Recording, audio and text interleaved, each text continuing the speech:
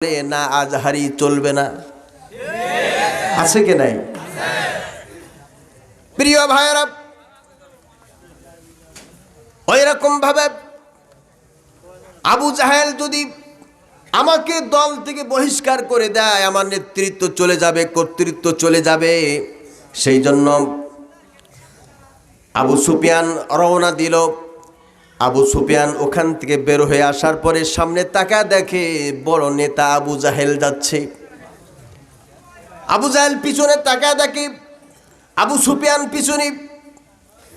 আবু সুফিয়ানের দিকে তাকা বলে, আবু সুফিয়ান, এত রাত্রে, শেষ রাত্রে তুমি কোথায় গেছিলা? সত্য কথা বলো। আবু সুফিয়ান বলল, নেতাজি, ভুল তো করেই বলছি। আমি গিয়েছিলাম আব্দুল্লাহর বেটা মোহাম্মদ কোত্থেকে কোরআন সংগ্রহ করে, না জানি রাত্রের বেলায় কোন কবি এসে তাকে কবিতার মতো করে, শেরের মতো করে শের মুখস্থ করে দিয়ে যায়, এটা উদ্ঘাটন করতে গিয়েছিলাম। আবু জাহেল বলল, তুমি আমি হলাম মক্কার নেতা, কুরাইশ নেতা, তুমি আমি দুজন যদি মোহাম্মদের ঘরের পেছনে যাই কোরআন শুনি, তাহলে আমাদের দলে আর কোনো লোক থাকবে না, আমাদেরকে ওরা তিরস্কার করে আমাদেরকে দল থেকে বের করে দিবে। এই কথা বলতে বলতে দুজন চলছি। কিছুক্ষণ পরে দেখা গেল পিছন দিক থেকে দুই চ্যাংড়া, উতবা সাইবা, ওরাও হেঁটে আসছে। আবু জাহেল তাকে দেখে দুই চ্যাংড়া হেঁটে আসছে। আবু জাহেল বলল, তোমরা কোথায় গিয়েছিলা? উতবা সাইবা বলল, নেতাজি, মনে কিছু করবেন না, আমরা দুইজন গিয়েছিলাম মোহাম্মদ কোত্থেকে কোরআন সংগ্রহ করে তাই খুঁজতে গিয়েছিলাম। আবু জাহেল বলল, এই কর্ম আর কখনো করবি না, আমার দিকে হাতটা লম্বা করে দে। আমার দিকে হাতটা লম্বা করে দিয়া আমার কাছে আজকের তওবা করে নেই। আমি আজকে তোদের জন্য পীর সেজে গেলাম, আমার সঙ্গে তওবা করে নি। তওবা পর আজকে থেকে মোহাম্মদের কাছে যাব না, কোরআন শুনবো না। উতবা সাইবা আবু সুফিয়ান আবু জাহেলের হাতের সঙ্গে হাত মিলা তওবা পড়ল। যেমন বসন্তর কোকিল এসে আমাদেরকে রোমার লম্বা করে দিয়ে বলে, পড়ো, আমি আমার পীরের দিকে মোতাওয়াজ্জা আছি, আমার পীরের কলব আল্লাহর দিকে মোতাওয়াজ্জা আছে। কথা কয় না আমার ভাইরা। তাই এই প্রসঙ্গ আমি টেনে নিয়ে আসলাম। আতাইকুল্লাহ রশি সাহেব বললেন, হুজুর দেখেন, আমার কাছে একটা প্রজ্ঞাপন আছে সরকার থেকে, ভারত থেকে যারা এদেশে আসেন, ওরা আসেন ট্যুরস ভিসায়, মানে বেড়াবার ভিসা, ভ্রমণের ভিসায়। এই ভিসা হলো বেড়াবেন, ঘুরবেন, কিন্তু ওয়াজ মাহফিল একটি কাজ করতে পারবেন না। তাই আতাইকুল্লাহ এই থানার মধ্যে কোনো জায়গায় ভারতের বক্তার আওয়াজ করতে পারবে না। আমাকে দেখালেন উনি, আমি আর এখন নাম বলবো না। 5-6জন বক্তার হেডিং দেখলাম, নাম দেখলাম, তারা আতাইকুল্লাহ কোনো জায়গায় মাহফিল করতে আমি দিব না, আমি ওসি থাকতে। আমার ভাইরা, ওসি ছিলেন স্বচ্ছতা এবং জবাবদিহিতামূলক আচরণ তার মধ্যে ছিল। এই জন্য বেশি দিন আতাইকুল্লায় তিনি থাকতে পারেন নাই, তাকে অন্য জায়গায় পাঠিয়ে দেওয়া হয়েছে। তার মানে এমন দেশে বাস করছি, সত্য কথা বললে তাকে অন্য জায়গায় ট্রান্সফার করে দেওয়া হয়।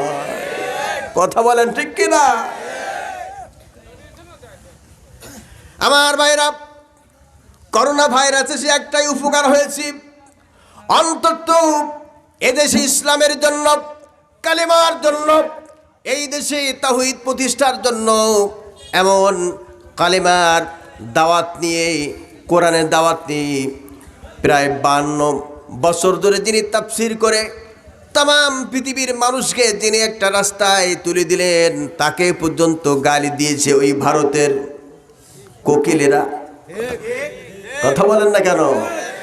গালি দেওয়ার কারণে এমন অবস্থায় পতিত হয়েছে, অনেক মানুষ তাদের পা চারা গোলাম হয়ে গিয়েছিল। আল্লাহ পাক অন্তত সে গজব থেকে আমাদেরকে বাঁচিয়েছেন। জোরে কোন ঠিক কিনা? কষ্ট হচ্ছে মনে হয় আপনাদের এই কথা শুনে। কোন মানুষের মধ্যে চুলকানি শুরু হচ্ছে, হুজুর আমাদের সলিড কথাগুলি বলে দিচ্ছে, কেন এ কথাগুলি বলার জন্য কি হুজুরকে নিয়ে আসছি? রাগ হচ্ছে নাকি? সত্যি তো একদম সলিড অন্তর থেকে বলেন, সত্যি রাগ হচ্ছে নাকি? বসন্তর কোকিল আসতে পারে নাই সেজন্য রাগ হচ্ছে? রাগ হচ্ছে। আমরা যারা বাংলাদেশ থেকে ভারতে যাই আমাদের কোনো কদর হয় না, ওরা আমাদেরকে মূল্যই দিতে চায় না। আর ভারত থেকে আসলে পরে আমরা একটু হিসাব করে দেখি না ওর বউ আছে কিনা, অন্য মেয়ে নিয়ে সংসার করে কিনা, ও পুষাপ পায়খানা করে ঢিলা কুলুক নেয় কিনা, ও উজু করে নামাজ পড়ে কিনা, একবার যাচা বাছা করি না। ভারত থেকে আসছে, পরিচয় দিয়েছে, চারটে চারটে পা পর্যন্ত চাটা শুরু করি। আপনি পীর সাহেবকে এত মর্যাদা দেন, কে বলেছে আপনাকে? হক্কানে পীর যারা ছিলেন তারা আজ জমিন নাই। শাহজালাল ইয়ামানি রহিমাহুল্লাহ তাআলা তিনি জায়নামাজের পাটি সুরমা নদীতে বিছিয়ে দিয়েছিলেন, তার সৈন্য সহ তিনি সিলেটের মাটিতে পৌঁছে গিয়ে কালিমার পতাকা লিল্লাহি তাকবীর আল্লাহু আকবার বলে উড়িয়ে দিয়েছেন সেখানে। এই হলো পীর। আর এখন তারা সব পকেট ভর্তি করা, কোনভাবে পকেট ভর্তি করতে পারবো, মুরিদ বাড়াবো, এই হলো তাদের ব্যবসা। কথা বলেন ঠিক কিনা? সুতরাং হক্কানি পীরদের বিরুদ্ধে আমাদের কোনো অভিযোগ নাই, আমাদের অভিযোগ হলো ভণ্ড পীরের বিরুদ্ধে। যে ভণ্ডরা নিজেদের পকেটের পয়সা নিজেদের পকেটে আনার জন্য যত রকম কৌশল, এই কৌশলগুলি সব তারা খাটায়, এরা হলো ভণ্ড। আবু জাহেল ওই দিনের জন্য তওবা পড়িয়ে দিল আর বলল, কেউই তোমরা মুহাম্মাদের কাছে যাবে না, কোরআন শুনবে না। এই কথা বলার পরে যার মতো সেই বাড়িতে চলে গেল। সন্ধ্যা যখন ঘনিয়ে আসলো, আবু জাহেল মনে করল, আমি যে রাত্রের বেলায় ওদেরকে তওবা পড়িয়ে দিয়েছি, ওরা তো কেউ যাবেই না, আর আমার নেতৃত্বের একটা প্রভাব তো আছে। অন্তত পক্ষে অন্য রাত্রে, অর্থাৎ গত রাত্রে যেমন মধুর কণ্ঠে আমার ভাতিজার জবান থেকে কোরআনে কারিম তেলাওয়াত শুনতেছিলাম, আজকের রাত্রে যদি এমন তেলাওয়াত না শুনি আমি মারা যেতে পারি। এই জন্য আবু জাহেল মনে করলো, আমার ভয়তে ওরা তো কেউ যাবে না, আমি চুপি চুপি গিয়ে মুহাম্মাদের ঘরের পিছনে কালকের মতো আবার কোরআন শুনতে যাই। রওনা দিয়েছে আবু জাহেল। আবু জাহেল গিয়ে ঘরের এক কোনায় দাঁড়িয়েছি। আবু সুফিয়ান মনে করল, আমার বড় নেতা তওবা পড়িয়ে, পীর সেজে তওবা পড়ে দিয়েছে, উনি তো যাবেনই না। আমি তো কুরাইশ নেতা, আমি যদি মুহাম্মাদের কোরআন না শুনি আমার কিছু ভালো লাগছে না। এই জন্য আবু সুফিয়ান এইটা ভেবেই রওনা দিয়েছে। উতবা সাইবা মনে করলো, ওনারা তো ফরমান জারি করেছে, আমাদেরকে তওবা পড়ে দিয়েছে, ওনারা তো যাবেনই না, কাজে আমরা দুজন যাই। উতবা সাইবা এই কথা ভাবতে ভাবতে তারাও নবীজির ঘরের পিছনে গিয়ে কোরআন শুনতে তারা দাঁড়িয়েছে। আল্লাহ তাআলা বলেন, আমার দুশমনেরা কোরআন শুনতে এসেছে, আমি ওই দিন আমার নবীর কণ্ঠে এমন ভোল্টেজ বাড়িয়ে দিলাম, এমন মধু দিয়ে দিলাম, আমার নবীর কণ্ঠ থেকে কোরআন তেলাওয়াত শুনে চারজন পাক্কা কাফের ঘরের পিছনে দাঁড়িয়ে রাত পার করে দিয়েছে, টের পায় নাই যে কোন সময় তাদের রাতটা পার হয়েছে। কোরআন এর নতুনত্ব কখনো ছাড়ায় না। একটু জিকির করেন, লা ইলাহা ইল্লাল্লাহ,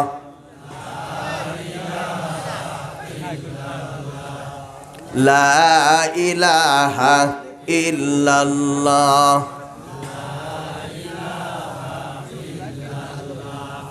লা ইলাহা ইল্লাল্লাহু মুহাম্মাদুর রাসূলুল্লাহ, সুবহানাল্লাহ ওয়ালহামদুলিল্লাহ, লা ইলাহা ইল্লাল্লাহ, সুবহানাল্লাহ।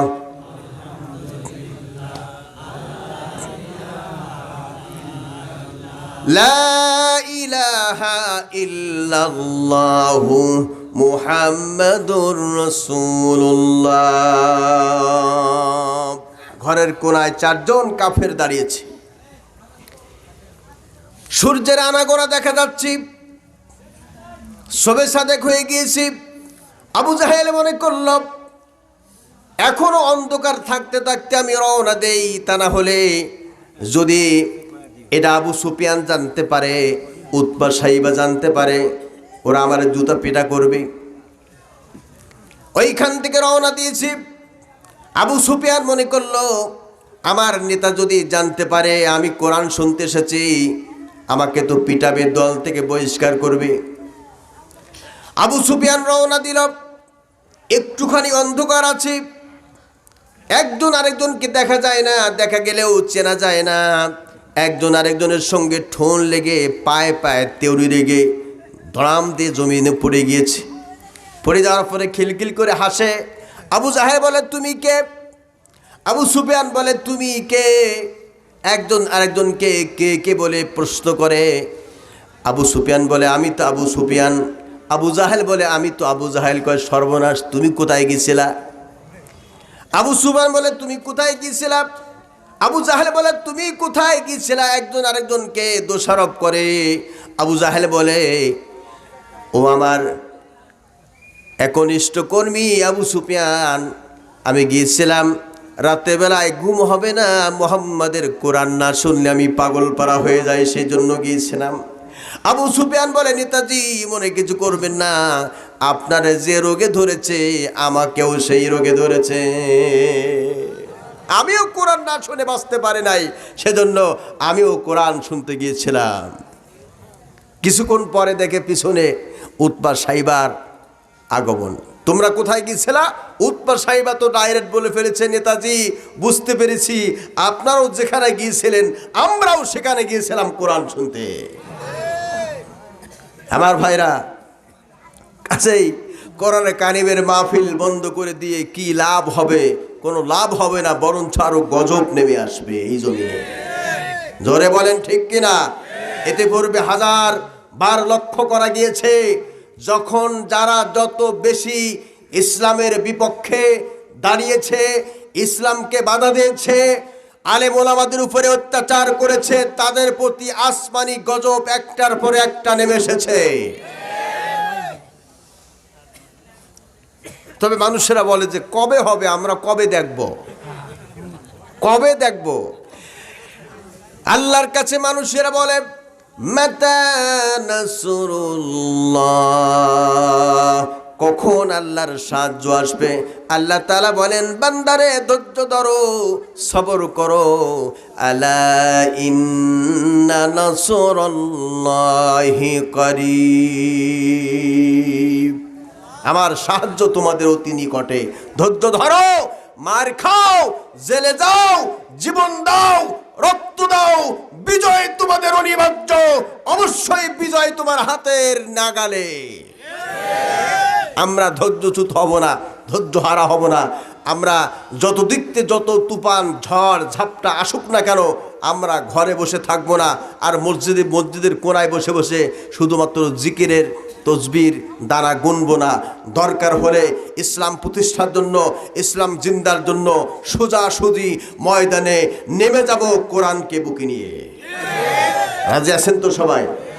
না, অনেকে বলে হিন্দু মানুষ, আমি ভিড়ির মধ্যে যাব কেন?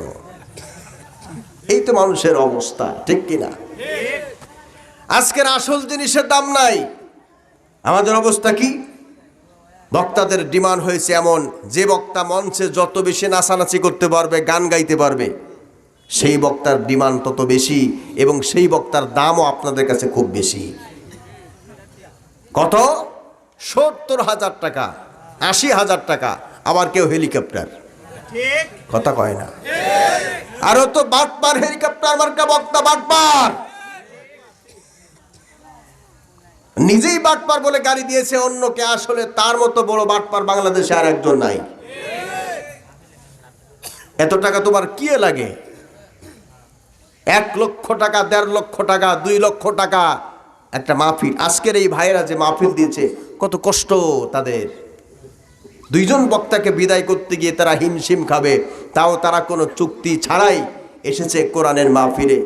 আমরা হেলিকপ্টার দিয়া বক্তা নিয়ে এসে, আপনাদের চাটমোহরে হেলিকপ্টার দিয়ে বক্তা নিয়ে আসছিলেন। আপনারা তো সেই লোকেরা যারা এখান থেকে আপনার কি বলে বুটবুটি ভাড়া করে, এখান থেকে সিএনজি ভাড়া করে আপনারাও গিয়েছিলেন, যায় দেখে বক্তাও কায়ত, আপনারও কায়ত, ঠিক কিনা?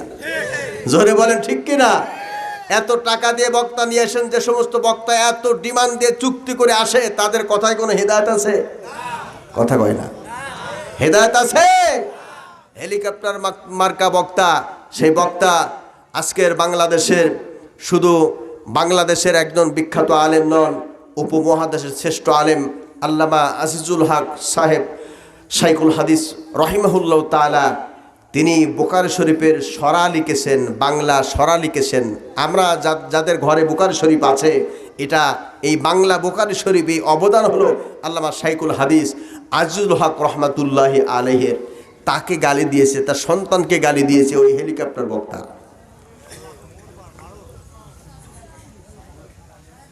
আমরা তো তার ওয়াজ শোনার জন্য, তাকে আনার জন্য যদি বলা হয় যে অমুক জায়গায় হেলিকপ্টার মার্কা বক্তা আসবে, নামই হয়ে গেছে হেলিকপ্টার মার্কা বক্তা, ঠিক কিনা? কথা বলেন ঠিক কিনা? অথচ যে লোকটিকে গালি দিয়েছে, শাইখুল হাদিস আল্লামা আজিজুল হক সাহেব রহমাতুল্লাহ আলাইহির ছেলে আল্লামা মামুনুল হক সাহেব, তিনি বাংলার এই যুগের একজন জীবন্ত শাহজালাল। জোরে বলুন ঠিক কিনা? জীবন্ত শাহজালাল, তিনি ভাস্কর্যের বিরুদ্ধে সমগ্র বাংলাদেশে মানুষের হৃদয়কে কাঁপিয়ে তুলেছে, অনর জায়গায় মানুষকে নাড়িয়ে তুলেছে। তাকে গালি দিয়েছে হাফিজুর রহমান কুয়াকাটা। সুতরাং আমরা তাকে বর্জন করব আজ থেকে। রাজি আছেন তো সবাই? সবাই রাজি আছেন তো? তার ভক্ত যদি কেউ থেকে থাকেন, হেলিকপ্টার মার্কা বক্তা, এই মনে করবেন এ এক দালালের দালাল, ঠিক কিনা? আরো জোরে বলেন ঠিক কিনা? আমরা কোন দিকে যাই নিজেরা টের পাই না। বক্তা আসলে, আমার ইব্রাহিম খলিল ভাইয়ের সঙ্গে আমার কথা হচ্ছিল, একখান থেকে ওনার কাছে ফোন দেওয়া হয়েছে, হুজুর আমাদের এলাকায় আসবেন। কয় আসবো কি? যে সমস্ত বক্তা মঞ্চে উঠে ইসের নাসন্নের মতো নাচে, মমতাজের মতো গান গায়, কোরআনের তাফসির মাহফিলের জায়গায় নাট্য মঞ্চের মতো করে নাটক করে, সেই সমস্ত বক্তাকে আপনারা বড় বড় ডিমান্ড দিয়ে নিয়ে আসেন, আমাদেরকে, আমাদের মতো আলেমকে মূল্যায়ন করেন না। জবাব দিয়ে তিনি ফোনটা কেটে দিয়েছেন। আমিও তাই করি, কেননা যেখানে আলেমের মর্যাদা যত বেশি, আল্লাহর রহমতও সেখানে তত বেশি। জোরে বলুন ঠিক কিনা? তো এলাকার মানুষের আলেমকে বেশি মর্যাদা দেয়। যদিও পার্শ্ববর্তী একটা মাহফিল বন্ধ হয়েছে, সেই জন্য আজকের এখানে জনস্রোতে পরিণত হয়েছে। ওখানে বন্ধ হয়েছে, এখানে বন্ধ করতে পারে নাই। এখানে যদি মাহফিল বন্ধ করতে কেউ এসে থাকে, ওদেরকে দাঁত ভাঙে জবাব দেওয়ার জন্য এই তৌহিদি জনতা অস্ত্র ছাড়া হাত দিয়ে লিল্লাহি তাকবীরের স্লোগান নিয়ে রেডি আছে।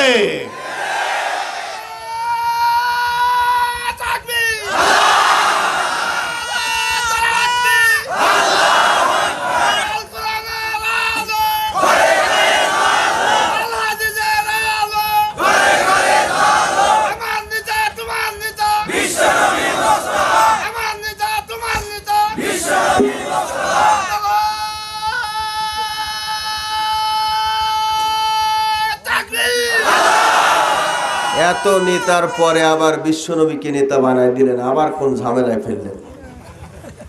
আসলে কি বিশ্বনবী নেতা? কথা ঠিক তো?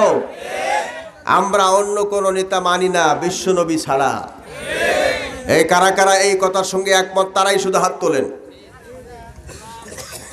এবার সবাই একটু জোরে আওয়াজ দিয়ে বলুন, তোমার নেতা আমার নেতা। আরো জোরে। এটা আমার কথা না, এটা আল্লাহ পাকের কোরআনের কথা। কার কথা? আল্লাহর কোরআনে আল্লাহই বলে দিয়েছেন হাত নামান। আমি বলে দিই আল্লাহ কোথায় বলে দিয়েছেন। কোরআনে কারিমের 22 নম্বর পারার শেষে 23 নম্বর পারার শুরুতে একটা সূরা আছে। যারা কোরআন শরীফ নিয়মিত পড়েন আর যারা হাফেজ আছেন তাদের তো আর প্রশ্নই ওঠে না। এই সূরাটার নাম আপনারা বলতে পারবেন? মাশাআল্লাহ, অনেকেই পড়েন। উনি তো হাফেজ না, আমি বুঝতে পেরেছি, কিন্তু কোরআন নিয়মিত পড়ে। 22 নম্বর পারার শেষে আর 23 নম্বর পারার শুরুতে এই 2 পারা মিলে একটা সূরা আছে। এই সূরার নাম হলো সূরায়ে, জোরে বলুন, সূরায়ে ইয়াসিন। ইয়াসিন শব্দের অর্থ আমরা অনেকে জানি না। কোরআনে কারিমে আল্লাহ রাব্বুল আলামিন আমার নবীকে এই সূরার মাধ্যমে ইনডাইরেক্ট নয় ডাইরেক্ট নেতা বলে আল্লাহ পাক সম্বোধন করে বলেছেন, ইয়াসিন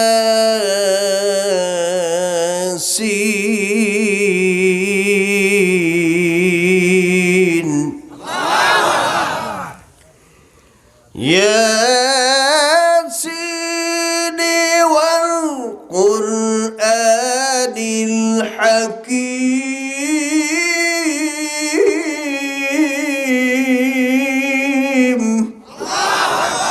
কথাটা কার কথা? আল্লাহই বলছেন। এটা যদি আমি বলতাম তাহলে একটা কথাই ছিল। আল্লাহ পাক বলছেন ইয়াসিন, ইয়া হরফে নিদা, কাউকে ডাকার জন্য ইয়া ব্যবহার হয়। ইয়া মানে হলো হে, আর সিন মানে হলো সৈয়দ, সৈয়দের বাংলা হলো নেতা। তাহলে ইয়াসিন, ইয়া মানে হলো হে, সিন মানে হলো নেতা, দুইটার একসঙ্গে মিলালে কি হয়? জোরে কর না। একবার সহজভাবে আমি বাংলায় বললাম, একবার সহজ বাংলায় গ্রাম্য বাংলায় বললাম। আল্লাহ পাক বলছেন ইয়াসিন, ইয়া মানে হলো হে আর সিন মানে হলো নেতা, তাহলে দুইটার একসঙ্গে মিলাইলে কি হয়? জোরে বলুন।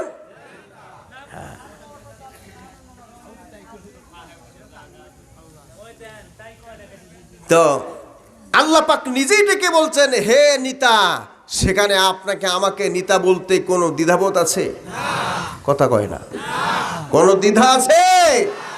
জীবনের মাংসপিণ্ড দিয়ে হলেও সেই নবীকে আমরা নেতা মানব। অন্য কোনো সাথী নেতা পাতি নেতার কোনো খানা ইসলামে নাই, আমরাও সেটা মানতে রাজি নয়। এজন্য আমার ভাইরা, বিশ্বনবী মুহাম্মদ রাসূলুল্লাহ সাল্লাল্লাহু আলাইহি সাল্লামের জবান থেকে কোরআনে কারিম তেলাওয়াত শুনে আবু জাহেল, আবু সুফিয়ান, উতবা, সাইবা ওরা অন্য রাতের মতো আজকে রাত্রে যখন গিয়েছে তখন আবু জাহেল বলল, এইভাবে যদি আমার মতো করে ওরাও পাগল হয়ে যায়, ওরা তো ছেলে মানুষ, আমার ব্রেন বুদ্ধি তো অনেক বেশি, আমি তো শয়তানি চালটা বেশি খাটাতে পারি, কিন্তু ওরা তত গভীর বুদ্ধি রাখে না, ওরা হয়তো মোহাম্মদের দলে ভুক্ত হয়ে যাবে, তখন আমার নেতৃত্ব কর্তৃত্ব চলে যাবে। আজও আল্লাহর জমিনে কিছু লোক আছে, যদি ইসলাম কায়েম হয়ে যায় তাহলে আমার নেস্তেনাবুদ হয়ে যাবে, আমি সব কিছু হারিয়ে ফেলবো।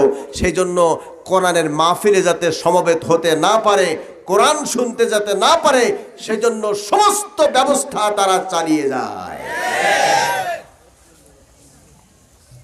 এবার আমি আপনাদের কাছে জানতে চাই, জুমার দিন যদি জুমার নামাজের বক্তব্যের মধ্যে ইমাম সাহেব দ্বীনের নসিহাত না করে, আর যদি ময়দানে যে তাফসির মাহফিল হচ্ছে এটা যদি বন্ধ হয়ে যায়, তাহলে বাংলাদেশের মানুষেরা দ্বীন শিখবে কোত্থেকে? এখন তো আর মাদ্রাসায় পড়ার সময় নাই আপনাদের, আছে? এখন কি মাদ্রাসায় ভর্তি হতে পারবেন? আপনার জমি ক্ষেত লাগাবে কে? কে পেঁয়াজ চাষ করবে? কে রসুন লাগাবে?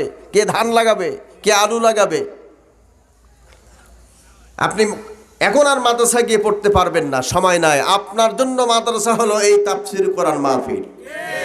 এটাই যাতে না শুনতে পারে, সেই জন্য বাংলাদেশের সরকার কিন্তু আজ পর্যন্ত কোরআনে কারিমের মাহফিলের উপরে নিষেধাজ্ঞা জারি করে নাই।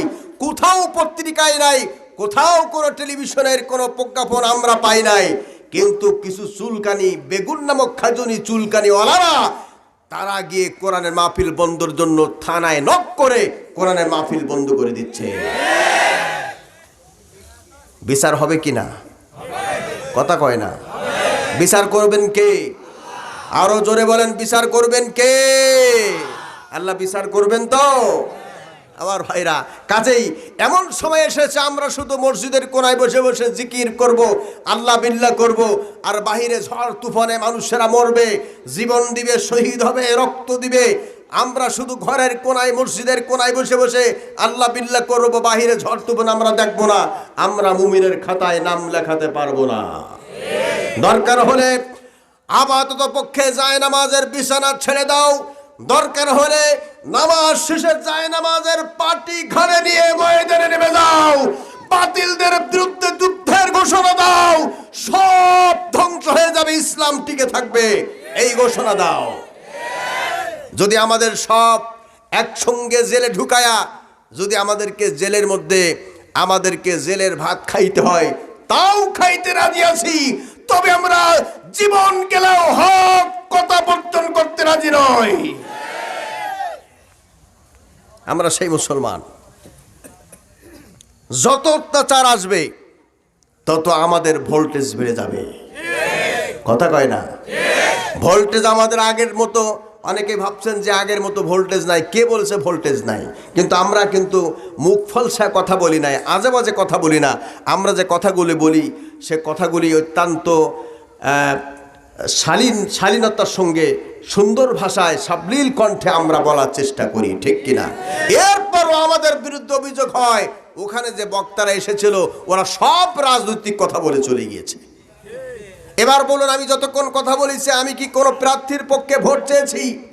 আমি কোনো মার্কার পক্ষে ক্যাম্পাস করেছি? তাহলে কেন এই কথাগুলি বলা হয়? তার মানে হলো যারা কোরআনকে সহ্য করতে পারে না ওদের গায়ের মধ্যে অ্যালার্জি অটোমেটিক শুরু হয়ে গেছে, শুধু চুলকাতেই থাকে। কোন ঔষধ খাইয়েও তাদের চুলকানি সারে না, সারবেও না। ধরে বলেন ঠিক কিনা? চুলকাতেই থাকবে। চুলকাও, চুলকাতে চুলকাতে তোমার মরণ হয়ে যাবে, শেষ পর্যন্ত তোমার জানাজা পড়ার মতো লোক হবে না। কত লোক মরেছেন আমরা দেখেছি না চোখের সামনে। মরণ একদিন আসবে, অবশ্যই মরতে হবে। আর আল্লাহ পাক বিচার করবেন, তবে বান্দার বিচার হয় তাড়াতাড়ি, আল্লাহর বিচার হয় ধীরে ধীরে। আল্লাহ ধীরে ধীরে বিচার করেন। আল্লাহ পাক বলেন, আলাইসাল্লাহু বিআহকামিল হাকিমিন, আমি আল্লাহর থেকে শ্রেষ্ঠ বিচারক কি আর কেউ আছে? সুবহানাল্লাহ। আল্লাহ বলেন বিচার আমি অবশ্যই করব। এই পৃথিবীতে মুয়াম্মার গাদ্দাফির মতো, লিবিয়ার প্রেসিডেন্ট, তার মতো এত বিশাল শক্তিশালী ক্ষমতাধর রাষ্ট্রপ্রধান সেও টিকে থাকতে পারে নাই। সাদ্দামের মতো এত বড় ক্ষমতাধর প্রেসিডেন্ট সেও টিকে থাকতে পারে নাই। কিছুদিন আগে হয়ে গেল ট্রাম্প মারা, ট্রাম্পও শেষ হয়ে গিয়েছে, শক্তিও কমে গিয়েছে। কথা বলেন ঠিক কিনা? ক্ষমতা হারানোর পরেও ভোটে নির্বাচিত হতে পারে নাই, বিশালভাবে পরাজয় বরণ করেছে, তারপরও বলে জনগণ আমার পক্ষে আছে। কথা কয় না? না বুঝলে আমার কিছু করার নাই। মানে এত হারা হেরেছে যে হারা আমেরিকার রেকর্ড ব্রেক করেছে, তারপরে বলে আমার পক্ষে ভোট আছে, আবার গণনা করতে হবে। মানে হারার পরেও হার স্বীকার করতে চায় না, ঠিক কিনা? আমি আমার বাসায় বলি যে আমার খুলনায় রয়্যাল চত্বরে এক ব্যক্তি একটা হোটেল করেছে, খাবার হোটেল। সেখানে গরুর গোশত, মহিষের গোশত, হাঁসের গোশত, মুরগির গোশত, হরিণের গোশত, বিভিন্ন রকম গোশত সেখানে রান্না হয়েছে। কয়েক রকম মাছ রান্না হয়েছে, পাবদা মাছ, ইলিশ মাছ, কই মাছ, শিং মাছ, তারপরে রুই মাছ, কাতল মাছ, বাগদা চিংড়ি, গলদা চিংড়ি, এই সমস্ত বিভিন্ন মাছ সেখানে রান্না হয়েছে। হোটেল মালিক বলছে যে আমার হোটেলে আজকের উন্নত মানের খাবার আছে। এক চাচা সামনে দিয়ে যাচ্ছে, চাচার খুব ক্ষুধা পেয়েছে। চাচা ওই ডাক শুনে হোটেলের মধ্যে ঢুকেছে, ঢুকে বলছে বাবা কি কি খাবার আছে দাও তো। খাবারগুলি চাচা মোটামুটি প্রাণ ভরে খেয়েছে, উদার ভর্তি করে খেয়েছে। খেয়ে খিলাল করতে করতে চাচা রয়্যাল চত্বর পার হয়ে খানজাহান আলী রোড দিয়ে চাচা চলে যাচ্ছে। হোটেল মালিক ডেকে বলে, চাচা কি ব্যাপার, আপনি চলে যাচ্ছেন, আপনি বিল না দিয়ে চলে যাচ্ছেন কেন? চাচা বলছে, বেটা বিল দিতে হবে এই কথা তো তুমি আগে বলো নাই। তুমি তো বলছো আমার হোটেলে ভালো খাবার আছে, তাই আমি খেয়েছি, খেয়ে চলে যাচ্ছি, আমাকে বিল দিতে হবে এই কথা তুমি আগে বলো নাই, আমি চলে যাচ্ছি। হোটেল মালিক দেখলো এই তো বেয়াদব, এইভাবেই ধোঁকাবাজ দিয়ে চলে আসছে দীর্ঘদিন। আজকে ওকে উত্তম সাজা দিতে হবে। চাচার জামার কলার ধরে টানতে টানতে হোটেলের সামনে নিয়ে আসছে। এসে বলছে, চাচা তুমি যখন খেয়েছো, টাকা যেহেতু নাই, 101 বার ওঠো, কান ধরে আর বসো। 101 বার উঠছে আর বসছে। বসার পরে হোটেল মালিক প্রশ্ন করে, চাচা কেমন লাগে? চাচা বলছে, বাবা দীর্ঘদিন ধরে আমার সাইটিকা বাদ ছিল, তুমি আজকের যে ব্যায়ামটা করালে, ব্যায়ামের মাধ্যমে অন্তত সাইটিকা বাদটা আমার সেরে যাবে। তার মানে কোনো কোনো মানুষের পরাজয় বরণ করার পরেও তাদের লজ্জা হয় না, তার মধ্যে এই একজন। ঠিক হোটেল মালিক দেখলো এই তো তার লজ্জা হয় না,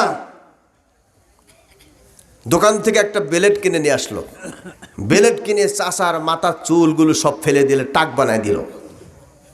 টাক বানায় দিয়ে বলছে, চাচা এখন কেমন লাগে? চাচা বলছে, বাবা অন্তত পক্ষে 2 টাকা তো আমার বাঁচলো।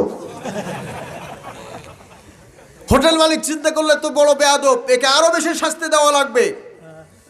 বাড়িতে গিয়ে যুবক ছেলেদেরকে বললো, তোদেরকে সন্ধ্যার সময় উন্নত মানের নাস্তা করাবো, তোরা একটা কাজ কর, গ্রাম থেকে যত পুরাতন স্যান্ডেল জুতো আছে এগুলো সব নিয়ে আয়। স্যান্ডেল জুতা নিয়ে এসে ফুলের মালা যেমন গাঁথে, পুরাতন জুতা দিয়ে মালা গেথে এরপর চাচার গলায় পরিয়ে দিয়ে বলে, চাচাকে নিয়ে এই পিটিআই মোড় সহ, রয়্যাল চত্বর সহ, খানজাহান আলী রোড বিভিন্ন জায়গায় ঘুরায় সন্ধ্যের সময় আসলে পরে তোদের নাস্তা করাবো। সারাদিন চাচাকে জুতার মালা গলায় দিয়ে ঘুরিয়েছে, সন্ধ্যার সময় নিয়ে আসছে হোটেলের কাছে, এনে বলছে, চাচা আপনি বলেছিলেন না যে আমাদেরকে নাস্তা দিবেন, নাস্তা দেন। ঠিক আছে নাস্তা তোদের দিচ্ছি, এখন চাচার কাছে আগে জিজ্ঞাসা করি, চাচা কেমন লাগলো আপনার কাছে? চাচা বলছে, বাবা এমপি ইলেকশন করে কোটি কোটি টাকা খরচ করে এমপি নির্বাচিত হইয়া যেমন স্বাদ আর মজা না পায়, তার থেকে বেশি স্বাদ আর মজা আমি পেয়েছি। তার মানে হলো, আপনার যে হাসলেন, আমি হাসির খোরাকি দেই নাই। এই পৃথিবীতে অনেকেই পরাজয় বরণ করার পরেও অনেকের নিজের কোনো পক্ষের লোক নাই, নিজের পক্ষের কোনো সাপোর্ট নাই, জনপ্রিয়তা একদম ধুলির সঙ্গে মেসমার হয়ে গিয়েছে, তারপরেও বলে জনগণ আমার পক্ষে আছে, আমার জনপ্রিয়তা আকার চুম্বি। এরকম বলে কিনা? কথা বলেন, বলে কিনা? তার মানে কিছু কিছু মানুষের মার খায়াও লজ্জা নাই, পরাজয় বরণ করেও লজ্জা নাই, জুতা পিটানি খায়াও লজ্জা নাই। মানুষের সামনে মুখ দেখায় কিভাবে তারা? আমার ভাইরা, এই জন্য আবু জাহেল, উতবা, সাইবা সবাই মিলে, আবু জাহেল মনে করলো আমি কোনো ক্রমে তো কোরআন শোনা ঠেকাতে পারলাম না, একটা কাজ করি, সংসদে আমি একটা আইন পাশ করে দেই। তাই আবু জাহেল সংসদে আইন পাশ করে দিল। যে আইনটা পাশ করেছিল সেই আইনটা আল্লাহ রাব্বুল আলামিন কোরআনের কারিমের মধ্যে কোট করে দিয়েছেন। وقال الذين كفروا لا تسمعوا لهذا القرآن। আল্লাহ পাক এইটা কোরআনে কোট করে দিলেন, কেননা আল্লাহ তো জানা আছে আবু জাহেল তো একদিন মারা যাবে, আবু সুফিয়ান কলেমা পড়ে মুসলমান হবে, উতবা সাইবাও দুনিয়া থেকে একদিন চলে যাবে, কাজেই তাদের নাতিপুতিরা দুনিয়ায় থাকবে, তারাই তো কোরআনের মাহফিল বন্ধ করে দিবে। আমার ভাইরা, আমাদের হতাশাগ্রস্ত হওয়ার কোনো সুযোগ নাই। দিন আল্লাহ আমাদের অবশ্যই ফিরিয়ে দিবেন। আবারও বাংলার জমিনে প্রতি থানায়, প্রতি ইউনিয়নে, প্রতি ওয়ার্ডে, প্রতি গ্রামে কোরআনের মাহফিল হবে ইনশাআল্লাহ। করোনা ভাইরাসের দোহাই দিয়ে কোরআনের মাহফিল বন্ধ করে কোনো লাভ হবে না। যাইয়া দেখেন অনেকেরই রাত্রে ঘুম হয় না, ঘুম হয় না। কত লোক তাকে পাহারা দেয়, তারপরও ঘুম হয় না, টেনশনে ভাত খাইলেও টিপ্পা টিপ্পা দেখে এর মধ্যে আবার ওরা আছে কিনা। কথা বোঝেন তো কারা? আমি আর নাম ধরে বললাম না, আপনারাই বুঝে নেন। আমার ভাইরা, কোরআনে কারিম আজ থেকে ১৫০০ বছর আগে সেই কোট করা কথাগুলি আল্লাহ পাক বিশ্ববাসীকে জানিয়ে দিলেন। আবু জাহেল ওখানে আইন পাশ করেছিল, খবরদার তোমরা কোরআন শোনো না, কোরআনের কাছে যেও না, বরঞ্চ গেলে পরে সেখানে হট্টগোল তৈরি করো, বন্ধ করে দাও পারলে পরে। যেমন গত একদিন আগে আপনাদের পিড়হাটির মাহফিল বন্ধ হয়েছে, বন্ধ হয়েছে না? কি অপরাধ ছিল? মাহফিল হলে কি অসুবিধা ছিল তাই বলেন আমাকে? কোনো অসুবিধা ছিল? তাহলে মাহফিলটা কেন বন্ধ হয়ে গেল? কি লাভ হয়েছে? আমার সোনার ভাইয়েরা, আবু জাহেল ফরমান জারি করে দিল। লক্ষ্য করেন, বর্তমান সময়ের সঙ্গে এই আয়াতের সঙ্গে পুরাপুরি মিল হয়ে গেছে। কথা কয় না? আপনারা ঘুমাচ্ছেন? থাক, আমি আর কথা বলবো না, ঘুমান্ত ময়দানে কথা বলবো। ঘুমাচ্ছেন না তো? এই আয়াতের সঙ্গে ওই যুগের সময়ের সঙ্গে এখনকার সময় পুরা মিল আছে কি নাই? জোরে বলেন, মিল আছে কি নাই? বন্ধ করে দেওয়ার পরে এরপর হজ্জের মৌসুম আসলো। হজ্জের মৌসুম আসলে পরে আবু জাহেল দেখলো যে বিভিন্ন দেশ থেকে লোকেরা হজ করতে এসেছে, তারা তাঁবু মেলেছে। তাঁবুতে গিয়ে বলতে লাগলো, মানে অপবাদ ছড়াচ্ছে, এখন যেমন করোনা ভাইরাস নামক অপবাদ ছড়াচ্ছে। আচ্ছা, লক্ষ্য করেন, এই দেশে কওমি মাদ্রাসা এবং হাফিজিয়া মাদ্রাসা, এখানে বাংলাদেশের প্রধানমন্ত্রী কওমি মাদ্রাসা এবং হাফিজিয়া মাদ্রাসাকে অনুমোদন দিয়েছে যে এটা চালু থাকুক। আছে কি নাই? এ পর্যন্ত করোনা ভাইরাস টেস্ট করে একটা কওমি মাদ্রাসার ছেলে অথবা একটা হেফজোখানার ছেলেকে আজ পর্যন্ত খুঁজে পাওয়া যায়নি। তাহলে বোঝা যায়, যেখানে কোরআনের আলোচনা হয়, হাদিসের আলোচনা হয়, হাদিস পড়ানো হয়, কোরআন পড়ানো হয়, সেখানে করোনা ভাইরাস 100 মাইল দূরে ছুটে যায়।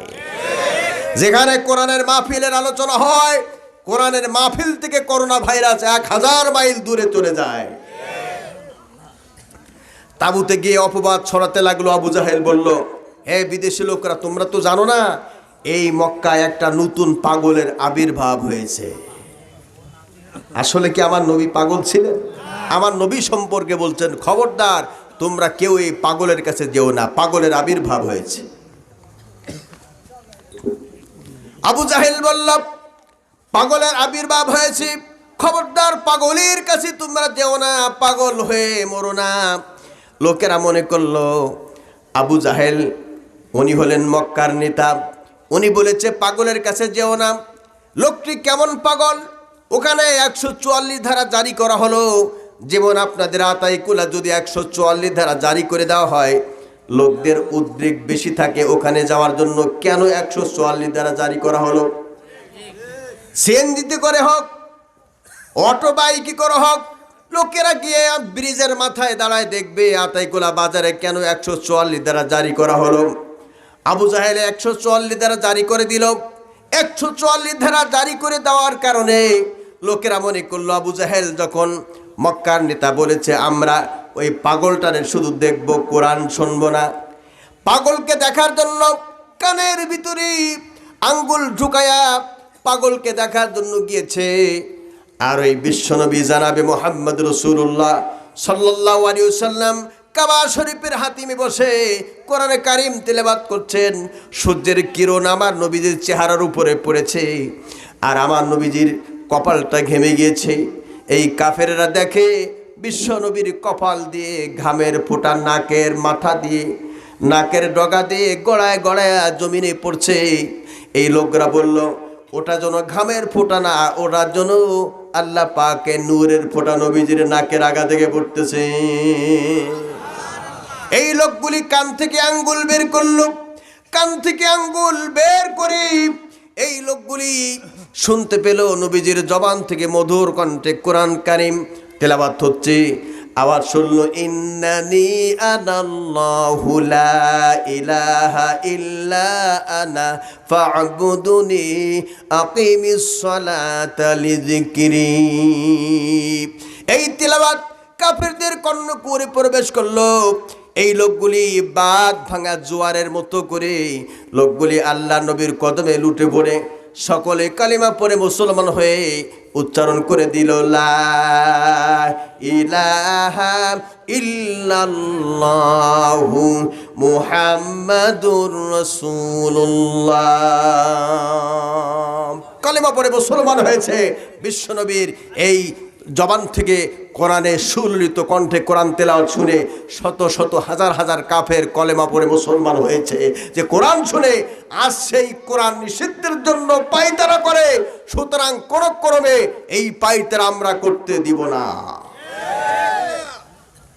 প্রিয় মুসলমান ভাইরা, আপনাদের কাছে আমার একটা দাবি, যেখানে যে অবস্থায় আছেন তার নিজস্ব স্থান থেকে, স্ব স্থান থেকে আমরা প্রতিবাদ জানাই।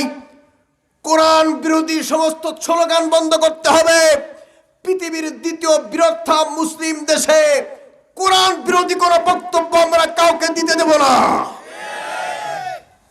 এত ক্ষমতা তোমাদের, এত পাওয়ার তোমাদের, তোমরা ঘাড় মটকায় দিতে চাও। মোল্লাদেরকে বেশি বাড়াবাড়ি হয়েছে, বেশি বেড়ে গিয়েছে, দরকার হলে ঘাড় মটকায় দিবে, এই কথা বলার সাহস তোমরা রাখো। এত ক্ষমতা স্পর্ধা তোমাদের, যদি তোমাদের এত শক্তি হয়ে থাকে তোমরা বাহিনী বাদ দিয়ে 1 ঘন্টার জন্য ময়দানে আসো। আমার মনে হয় 1 ঘন্টা তো দূরের কথা, 1 মিনিটের জন্য যদি ময়দানে আসে, রুলার যেমন রাস্তা সমান করে ঠিক এরকম সমান ভ্যানিশ হয়ে যাবে। কথা কয় না? এই ভ্যানিশ করে দিবে আল্লাহর এই গোলামেরা। তাদের কাছে কোনো অস্ত্র থাকার দরকার নাই, শুধু লিল্লাহে তাকবীর আল্লাহু আকবারের স্লোগান দিবে, আর ওদের অন্ধকোষ ছিঁড়ে ছিঁড়ে জমিনে পড়ে ওরা ছটফট করে মরবে। আল্লাহ পাক আমাদের সকলকে তৌফিক দান করুন। আমরা যেন এই চেতনা রেখে মরতে পারি, যেন আল্লাহ তৌফিক দান করে, বলুন আমিন। আমার ভাইরা, আমার বন্ধুরা, আমি যদি এইভাবে আরো 1 ঘন্টা আলোচনা করি আপনাদের অসুবিধা নেই তো? কোনো সমস্যা নেই তো? সামনের পিছনের ডানে বায়ের সব লোকগুলি এক বাক্যে বলেন, কোনো অসুবিধা নাই তো? 1 ঘন্টা আলোচনা চলবে? তা আমি যদি সব কথা বলে যাই, ইব্রাহিম খলিলুল্লাহ ভাই কি বলবে? আরো রাত আছে তাই তো? আচ্ছা ঠিক আছে, যত রাত হোক, দাড়ি কিন্তু 27, এটা আমি পরে বুঝাবো। তো আমার ভাইরা, আপনাদের কাছে আমি একটা দাবি জানাবো। সে দাবি হলো, আমরা ইসলামের পক্ষে থাকবো জীবন দিয়ে হলেও, কোরআন হাদিসের পক্ষে থাকবো জীবন দিয়ে হলেও, হক্কানে পীর মাশায়েখের পক্ষে থাকবো জীবন দিয়ে হলেও, মাদ্রাসার পক্ষে থাকবো জীবন দিয়ে হলেও, মসজিদের পক্ষে থাকবো জীবন দিয়ে হলেও। কারা কারা তারা একটু হাত দেখান তো।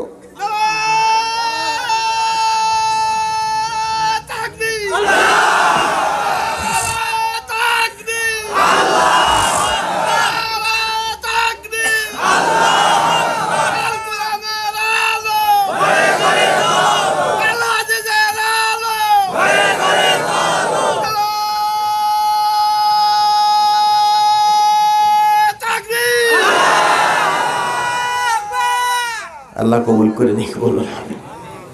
আমার মনে হচ্ছে উনি 25 বছর বয়সের নওজোয়ান। আপনাদের কি মনে হয়? আল্লাহ ওনার জবানি শক্তি আরো বাড়িয়ে দিন। এই স্লোগান নিয়েই যেন উনি মরতে পারেন, এই তৌফিক আল্লাহ ওনাকে দান করুন, বলুন আমিন। আরো জোরে বলুন আমিন। প্রিয় ভাইরা, রাসূল কারীম সাল্লাল্লাহু আলাইহি সাল্লাম বলেছেন, মান বানা লিল্লাহি মাসজিদান বানাল্লাহু লাহু বাইতান ফিল জান্নাহ। হুজুর বলেছেন, যে ব্যক্তি দুনিয়াতে আল্লাহর ঘর বানায়, আল্লাহ জান্নাতের মধ্যে তার জন্য ওইরকম একটা ঘর বানায় দিবে। সুবহানাল্লাহ জোরে বলবেন না? আরো একটু জোরে বলুন সুবহানাল্লাহ। তোমার ভাইরা, দিনের আওয়াজ, মসজিদ যদি না থাকে তাহলে দিনের আওয়াজ বন্ধ হয়ে যাবে। মাদ্রাসা যদি না থাকে তাহলে এরকম ওয়াজ যারা করবে, যদি মাদ্রাসা না থাকে ওয়াজ শিখবে কোত্থেকে?